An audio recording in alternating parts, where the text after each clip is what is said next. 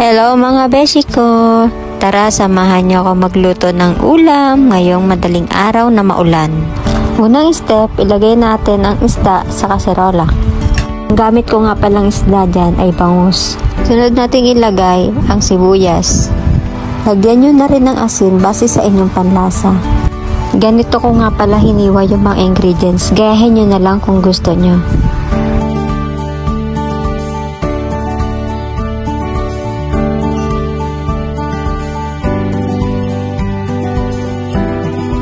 Kapag kumukulo na, unahin yung ilagay yung labanos kasi medyo matigas yan.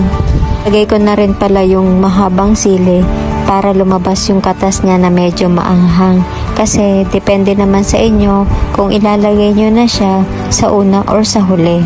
Sinunod ko na nga rin pala yung okra. At pag maghahalo kayo, huwag nyo haluin hanggang sa ilalim kasi madudurog yung isda. At habang kumukulo nga siya, nilagyan ko na rin siya ng betchin. Siyempre, titikman-tikman nyo siya kung base na sa inyong panlasa yung gusto nyong luto. At gaya nga ng sinabi ko, huwag nyo siyang hahaluin hanggang ilalim, ibabaw lang kung ayaw nyo madurog yung isda nyo. Next nyo na ilagay yung dahon ng mustasa. Mabilis lang yan maluto.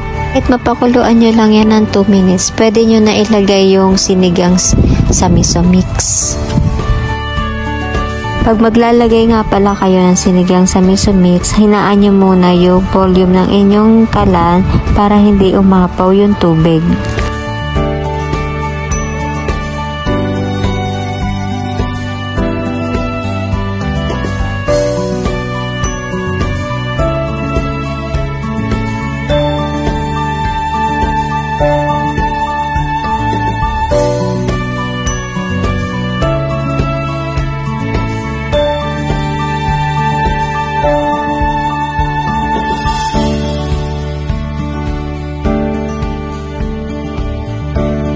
Isisit pansit, ready na ang pambaon ni Dad sa work niya.